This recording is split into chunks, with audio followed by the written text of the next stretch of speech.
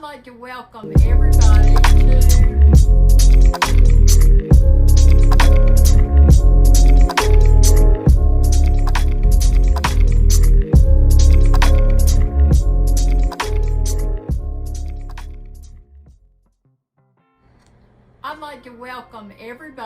to my long-awaited and I hope much anticipated podcast about writing books. The title of the podcast is How to Write for Love and Maybe Money.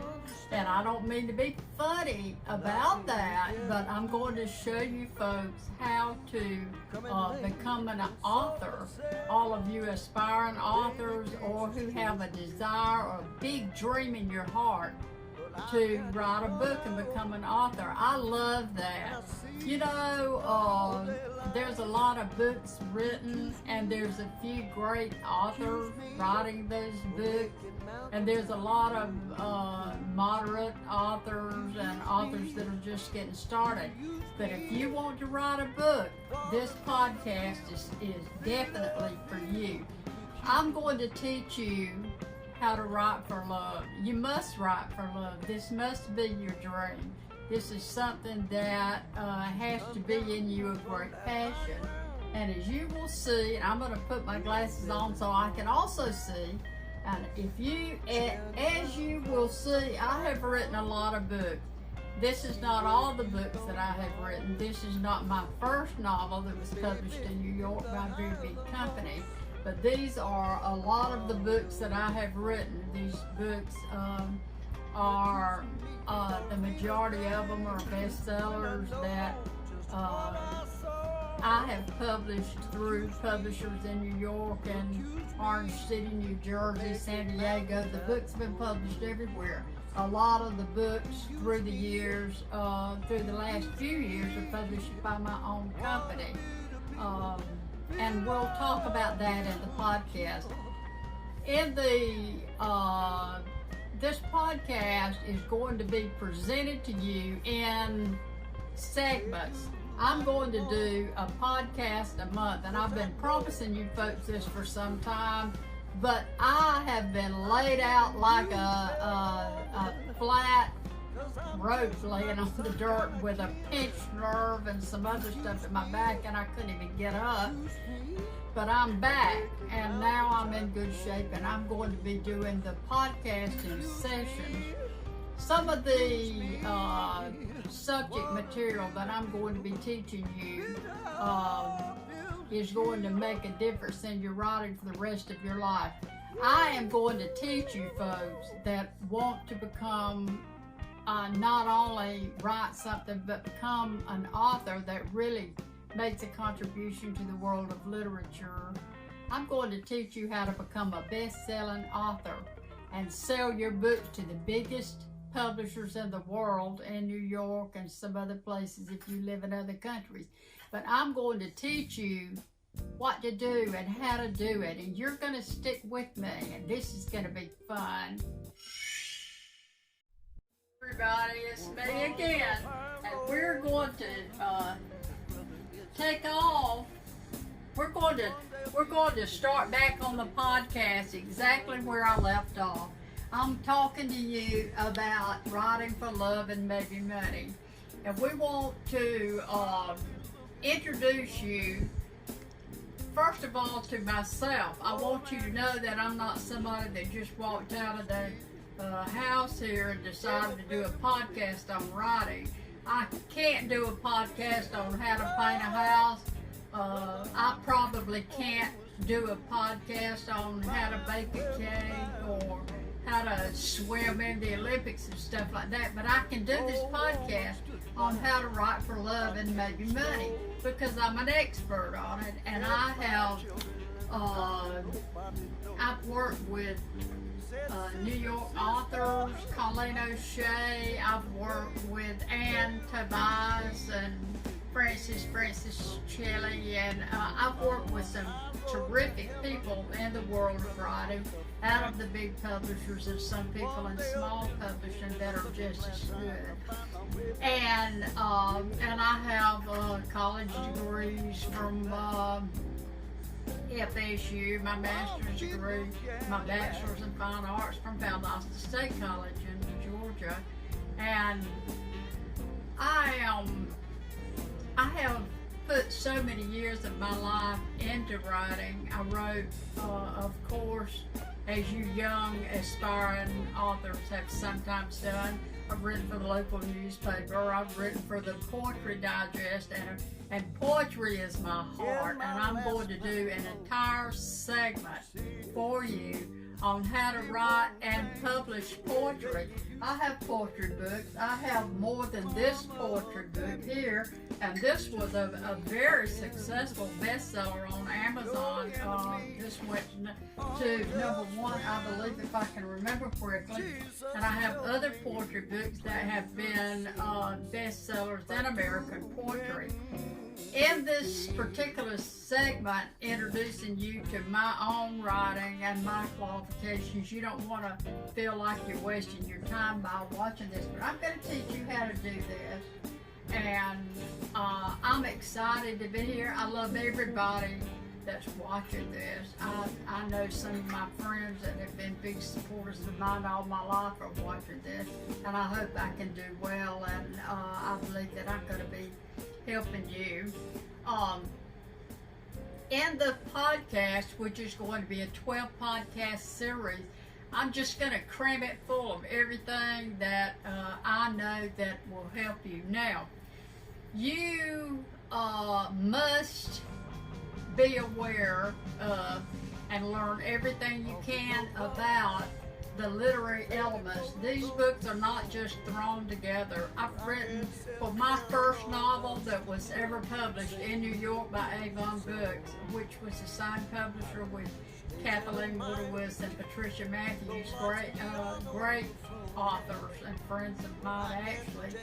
But my first novel was published by Avon Books in New York and sold to 5 foreign countries, and I'm real proud of that. I probably wrote 1,000 pages to get the 200 and something pages that finally became that particular novel, Strangers in Eden, which was set in the Okefenokee Swamp. My books are Southern fiction, and they do have references to the places that I grew up and the rivers and the backwoods and stuff like that, because that is what I know. When you hear people say, oh, you have to write what you know, that doesn't necessarily mean where you grew up and what you did, but it helps if it can mean that. Now, you could write about something you know nothing about, but before you get to the writing, you have to go out and learn about that subject, and you have to know everything you can. You have to, if you possibly can, you have to go there. You have to visit the place and get the flavor and stuff like that. So by the time you do the writing, yes, you're going to have to know what you're writing about.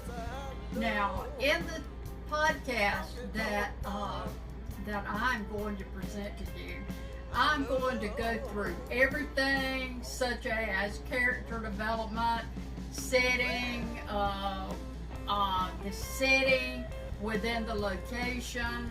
I'm going to go through rise in action, fall in action, how to format and write and get to the point of the book that we call peak, how to get to the confluence or the ending of the book.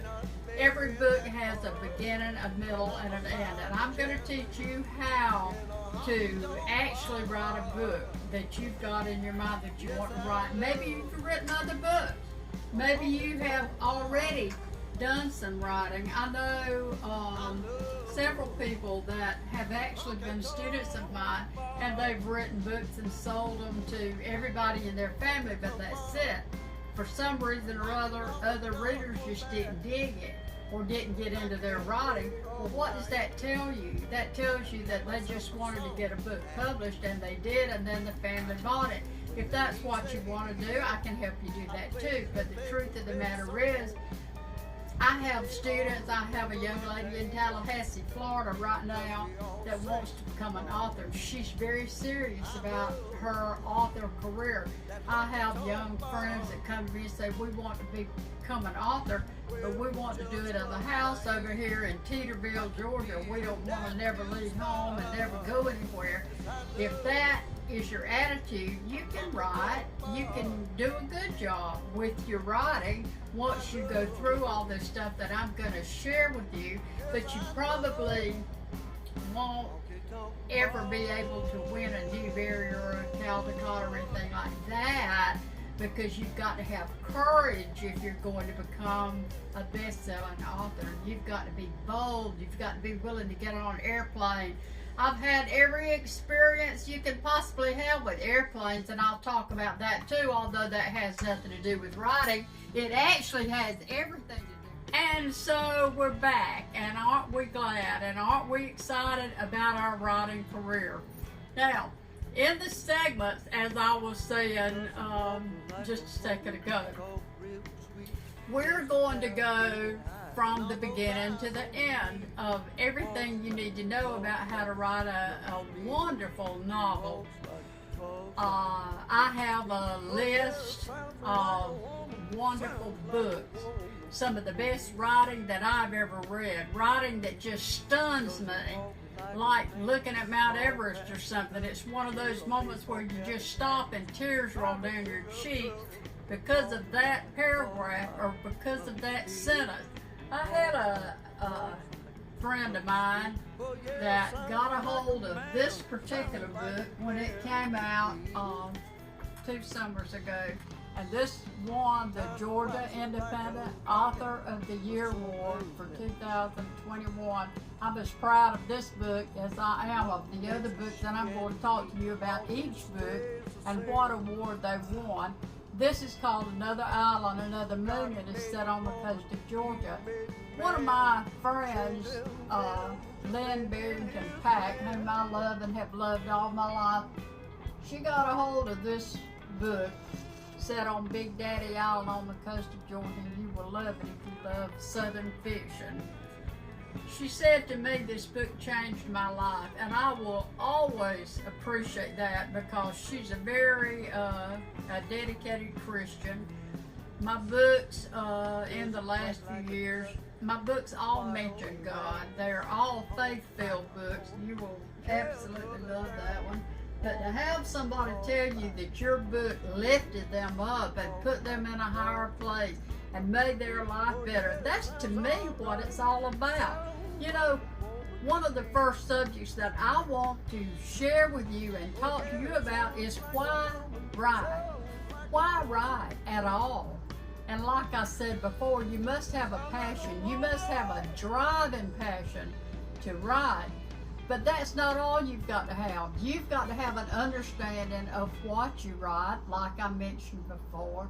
You have to have an understanding of the genres of writing, all the different categories. If you write for children, what are all the different categories of writing for children? Board books, story books, chapter books, early learners, educational books, books for entertainment, little books for children that have nothing in it but school buses and animals and little rabbits hopping and stuff like that, all the way up to the YA books, the young adult books, the winners in their categories. And so I'm going to teach you a whole lot about the various categories of books.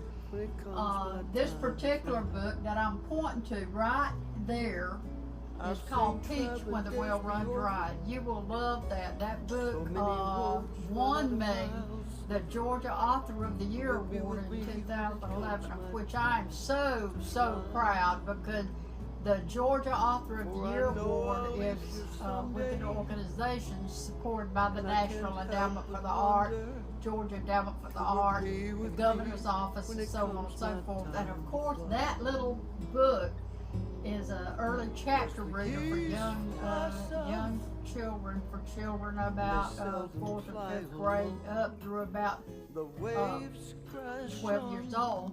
and it is sold by the Children's Defense Fund in Washington, D.C., an elite worldwide organization for created for and assisting underserved children. And my pride and joy, one of my books that's my pride and joy, and I'll talk to you a little bit later on in the podcast when we talk about writing for children. I'll talk about you how I wrote that and who my publisher was, and you're going to love every second of it. I'm going to talk to you not only about the classifications of books. If you want to write romantic suspense, if you want to write romance, I'm going to talk to you. And I just lost an earring. How about that? I think it fell down my blouse, and we won't worry about that. There it goes. Which just goes to show you that now that was a cliffhanger because I don't know where the earring went. And so in the next chapter, we're going to have to search for the earring. Okay. So I will talk to you about the classifications of books, the different categories and subcategories in that world of writing, and how you choose and pick which category you want to write for, and then how you write the book for that category. I'm going to talk to you about how you get started. I meet so many people that don't know where to start. They have no idea how to start writing a book, and I'm going to tell you how to do that. I'm going to share with you secrets that I have that I've been taught by the New York editors about characters. What do you do when a character takes over a story? I hear people say all the time, oh, my characters just ran away with the story. I had to let them go or whatever. And I feel like this is not true. Your characters may very well do things that you don't anticipate, but you can't let them run away with your story. And I'm going to teach you how to control that. Character development. How do you develop characters? How do you know what they look like? I'm going to teach you every trick of the trade when it comes to that. I will teach you how to plot a book, how to control your pacing, how to follow the rising and falling action. I will teach you that this book, no matter which book it is, has to contain the literary elements that you learned all about in little school and junior high and whatever. I hope your teachers did teach you about literary elements. Don't worry about that. You're not going to go back and blame the teacher that you didn't learn anything about what's called confluence. You're going to get it all here from me. I'll teach you pacing then. I'm going to teach you something about verbs that you've never heard before. Verbs. I love verbs. Verbs rule. And I'll teach you all about that. I'm going to teach you how to self-publish and start your own company, how to organize your writing. In fact, I'm going to point you to some organizations that can change your life literally. I am working with a couple of young aspiring authors that I believe someday are going to win many awards for their writing, and I'm excited about that. Like I said, you have to be willing to get on an airplane, you have to be willing to go to meetings and network, and I'll teach you where to go and what to do. I will get input from some of you about the podcast. Now, this is the introductory podcast, and so I'm going to stop right here with this particular introductory podcast. You know me now, and you'll know a lot more about me before the podcast series ends, and that's going to be fun too. This is my world of books. This is how to writing for love and maybe money. And yes, I've been paid money and I make money, and I'm going to teach you how to do that. Yes, you can make money when you're writing at a ton of it, and I'm going to teach you how to do that. I have written for people that work for Fox News. I've written for people that work for private publishers. I've written for the American Library Association, the More You Know commercial. I'm going to teach you all these different styles and ways of writing and where to send your material, publisher, how to market your book, how to find a publisher, everything you want to know about writing, you're going to get it right here.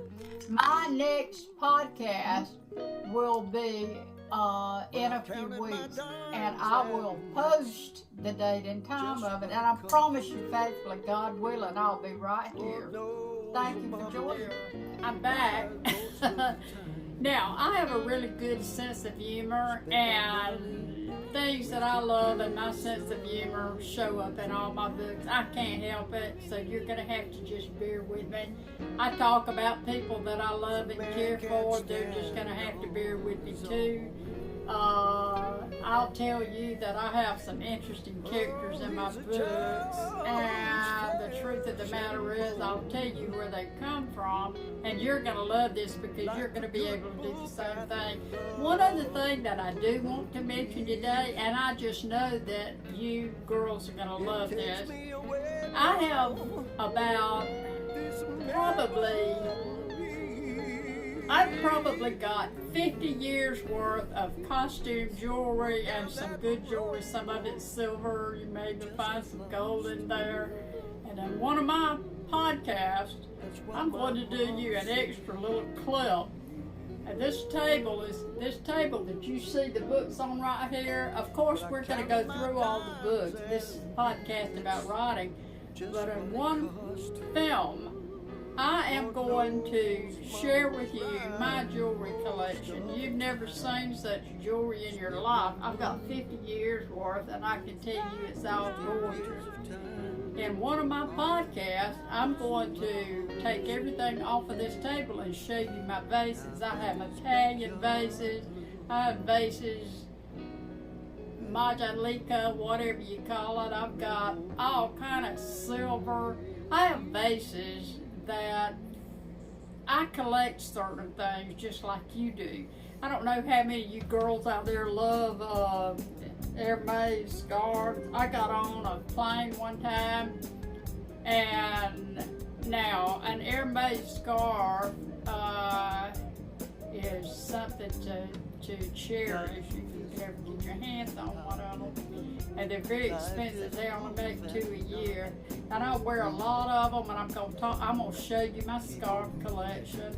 Just for fun, I'm going to interject some things like that in here, and I'm also, I know this sounds a little bit rednecky in the middle of my writing for love and maybe money, but I'm selling all that stuff because all I can do nowadays is just get it, look at it, polish it a little bit. I don't travel the country very often anymore and give speeches. I do like to travel, but I've been dealing with my back injury, so as soon as I get well, I'll just saddle up my old horse and start riding again, you know, because you got to keep moving. But I'm going to put all of this on the table. Another thing that I'm going to do is I have fancied myself greatly on sharing my books. Well, I have a coffee table book collection. Every one of those books was $70 or $100 or $30 or $40 or whatever, and I'm going to start calling those out and selling those. I have books from the 1890s. I have little books of poetry by Elizabeth Barrett Browning and stuff like that, and I just hold them. And I have books that are 200 years old. You won't believe. You're gonna look at all that stuff, and then you're gonna get a bid on it because I'm ready to downsize a little bit and get these books into the hands of some of the younger collectors. My Stephen King collection.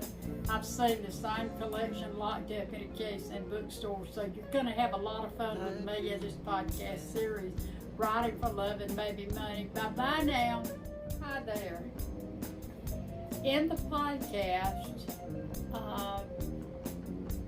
segments or sessions, and there will be 12 of them, God willing. First of all, I want to say to you all that today, the day that I am recording this particular podcast is Easter Sunday. And I'll tell you that I thank the Lord that I am here because I've had a little bit of a back injury that just really laid me low, and it took a lot of praying and some trips back and forth to the doctor to get over it. I thank the Lord that I am able to record this podcast and show you folks a few things about how I write. I've been a writer ever since I was a little girl. I learned how to write my name on the walls of the old home place where we lived at Satilla community in South Georgia, in Coffee County, where I'm from. Yes, I'm a Georgia cracker from the get-go. And I can tell you that although I am very educated, what they call highly educated, I'm also about as redneck as you can get it. So I want to talk to you in this first podcast about the podcast, Writing for Love and Maybe Money. I want you to have a career as an author. I want you to become a published author. I want to talk to you about my books and why I write and the reason that I write, because you're going to have a reason to put all the hours in, all the time and effort in to writing a story. We today, my little dog just walked in the room. He's so precious. He's right there. He's jealous of the podcast. Hey, baby, are you jealous of the podcast? But anyway, why write and what are we going to write about? I meet so many people that don't know what to write about. I'm sitting here looking over against my wall across the room there. You've got my display behind me. And what I'm looking at, and I'll show this to you in a future podcast, I'm looking at a wall of four rows of bookcases. And on the far right, you have the Stephen King collection. And you have literary masterpieces and many books that I consider that a writer cannot be without. And I'm going to share those with you in a future podcast, and it's my joy to do so. Right now, today, I want to get you started writing, and there will be another segment or another filming to this particular podcast today. Now, the first novel that I ever wrote was a romance novel.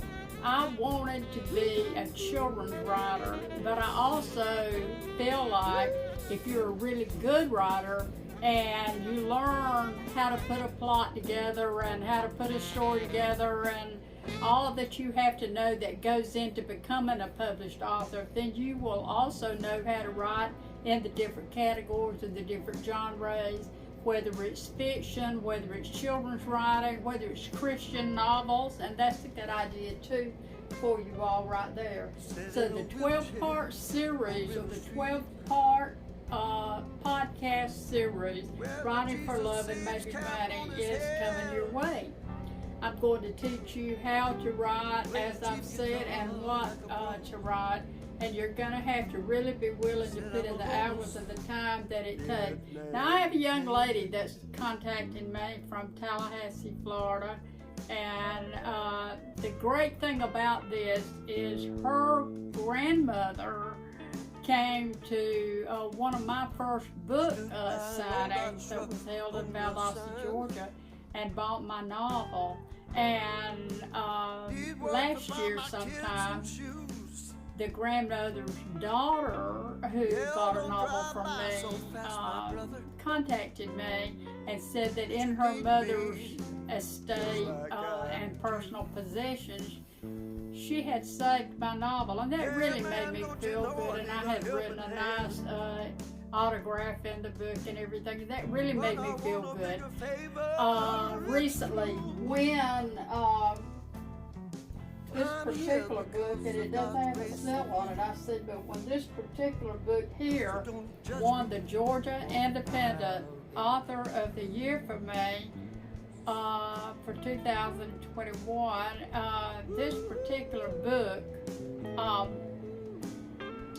I got a message from a girl that said this book changed my life. This is called Another Island, Another Moon, and it is the first novel that I've written in probably, I don't know, 40 years or so. It's been a long time since I wrote my first novel. And during the meantime, and this is on Amazon, and I'm going to tell you how you can get a copy from me.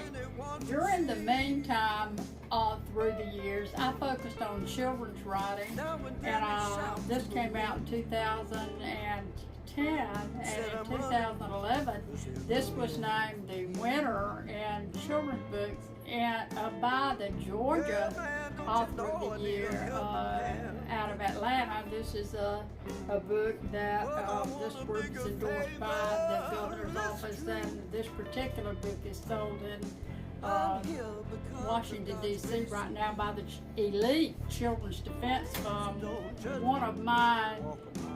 one of the organizations that I admire so much because they focus on underserved children. Now, this is called Peach When the Well Runs Dry. This is an early reader, and it's chapter books with lots of nice drawings in it, and it was published in New York by Marimba Books, and that's Wade and Cheryl Hudson. They're very famous, and this was a big winner for me, and not my first children's book, but one of my first children's books. My heart is with the children. I'll tell you one thing, I love my writing for children. I will talk to you as we go into the podcast on writing for children about my children's books and what prompted me to write those books.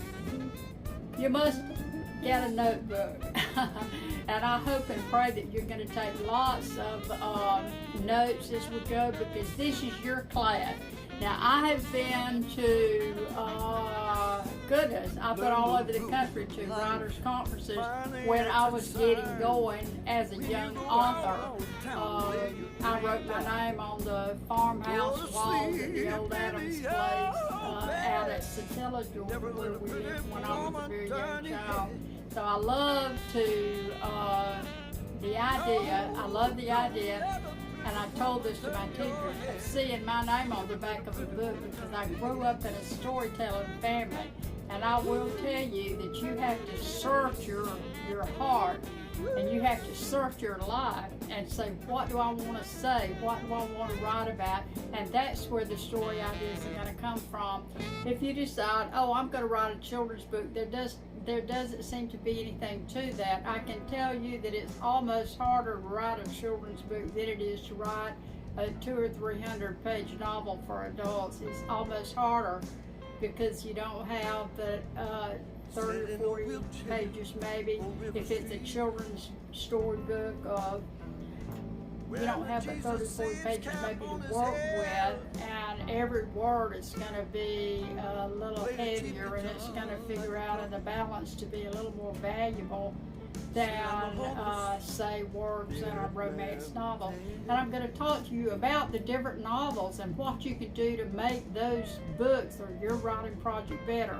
If you're writing for children, if you're writing for adults, if you're writing Christian literature, Southern fiction, there's just so many different categories out there. I've got a really good friend that appears frequently on the Fox News Business Channel, and her name is Heather Zamaraka, and they call her Heather Zuma. She is gorgeous. Please look her up. And I was honored to help her with her book on corporate culture a few years back, and that book was a #1 bestseller from HarperCollins. It was not my book, but I was able to help on the book. So your writing can pay you money, and I'm going to teach you how to write for money as well as love. We're going to say writing for love and maybe money, and I'm going to see you in the next podcast, and we're going to talk about what you're going to be writing and where you're going to start. There are segments in the podcast series where I'm going to talk to you about New York agents, New York publishers, how to get one, where to find one. All that's coming. Thank you for joining me today. Walk down the road talking to no one. At least no one anyone could see. Now and then they shout to the wind and said I'm running 'cause they're looking for me.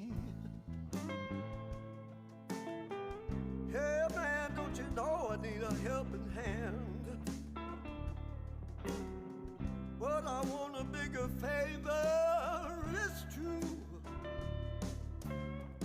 I'm here because of God's grace on you.